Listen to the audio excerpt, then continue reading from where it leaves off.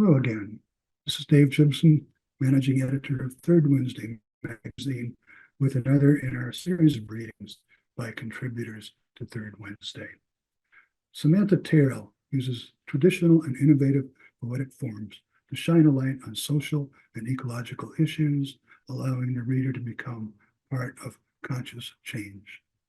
Samantha is a Pushcart-nominated poet, author of multiple five-star collections, most recently Dismantling Mountains, from Vellum Publishing in the United Kingdom. Her poems have been widely anthologized in publications such as Dissonant Voice, Green Ink Poetry, in parentheses, Misfit Magazine, Nine Cloud Journal, Open Journal of Arts and Letters, Poetry Quarterly, Read Over Review, and others. Terrell and her family reside in upstate New York. And now here is Samantha Terrell.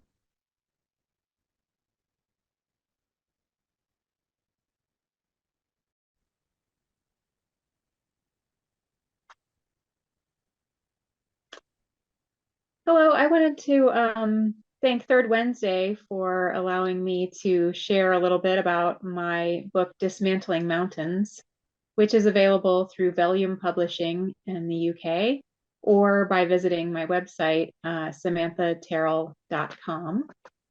And Dismantling Mountains came out last November of 2023. It is primarily social issues oriented, and I'll just read a few selections for you, which I hope you'll enjoy. And not all of the poems are specifically social issues, but I do hope they resonate.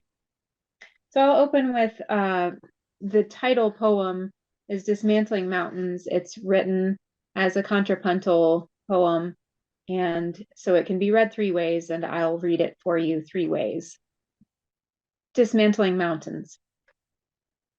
Where mountaintops touch the sky is a convergence of its beginnings, reality and what ifs. A jagged hilltop set above valleys inspires action, both above and beneath all that will come undone, dispelling myths about greatness. Where mountaintops touch the sky is its beginnings, a jagged hilltop set above valleys, both above and beneath all that will come undone. A convergence of reality and what ifs inspires action, dispelling myths about greatness.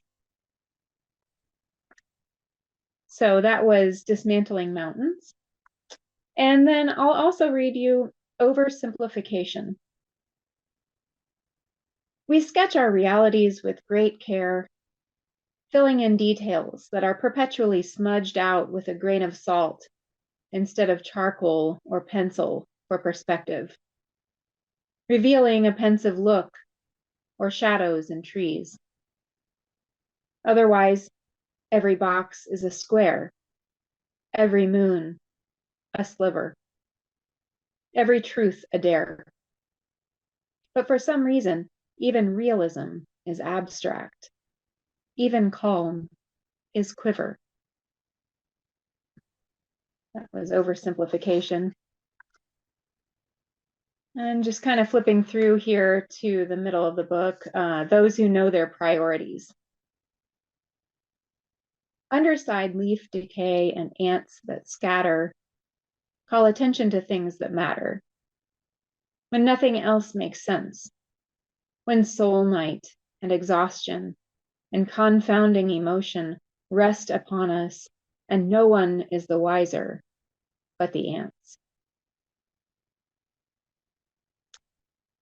This next one, I think you'll see some of the social issues that I was mentioning. This is called Sleepwalkers. A deceitful society wanders purposelessly, as with purpose.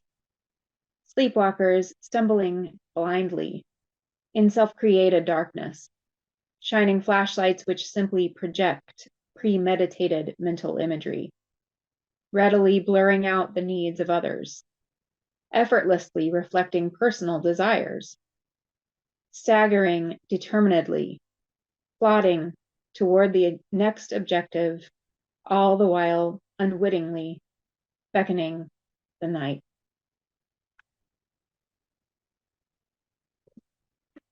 Futilitarianism. My eyes burn from reading the injustice and corruption in the news, and my lips are chapped and swollen from speaking necessary truths. The earth is burning, flooding in all the wrong places, but the wrath and equity of God wears many faces. So my heart swells with rage, then contracts with courage as my mind tries once again to learn objectivity and patience. Take a little twist here to a different topic, and this is called Be Cured. Really, I think it speaks to emotional issues and maybe interpersonal relationships. Be cured. Remove the stains with abalone and sage before they're permanent. Quick, dry the herbs and store the meat before the rot. Go on pilgrimage before limbs and joints won't take you. Cast off your burdens before you inadvertently pass them on, before the cures of cedar and sage dull, yielding to rage.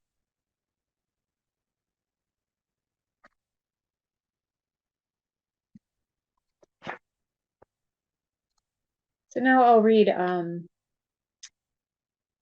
equality, and I think this one will speak for itself. We feel alike fears, ambitions, joys, sorrows. We feel. We think alike. Ideals, disinterest, contentment, desires. We think. We are alike. Green eyes, blue or brown ones, pale skin, dark or olive toned. We are. Feel. Be. Think equally. This is pragmatism.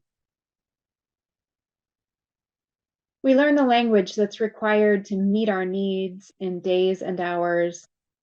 We use the words we have to satisfy our hearts and minds. So when we chance upon the choice between a cool-headed, rational, or a kind-hearted voice, may we remember, while going through the motions, empathy amongst our practical notions.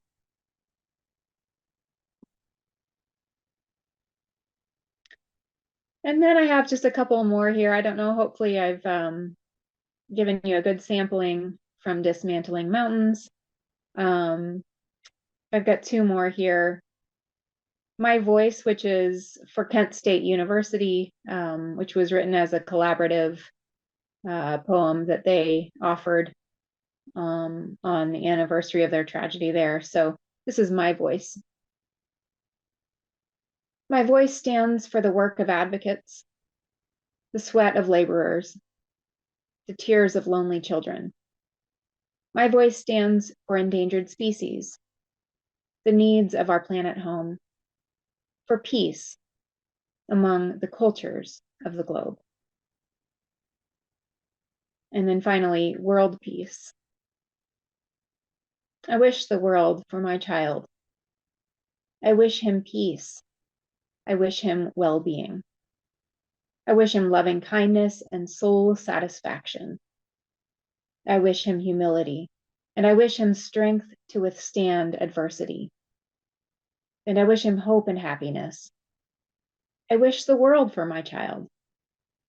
And what I wish for my child, I wish for the world.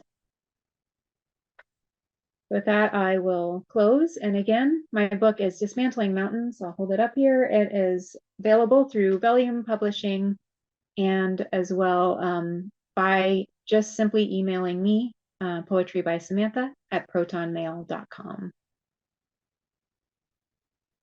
Thank you, Samantha Terrell, for sharing with us tonight. Once again, I'm Dave Gibson for Third Wednesday Magazine. Join us again for another reading from a contributing writer sometime later. See you soon. Good night.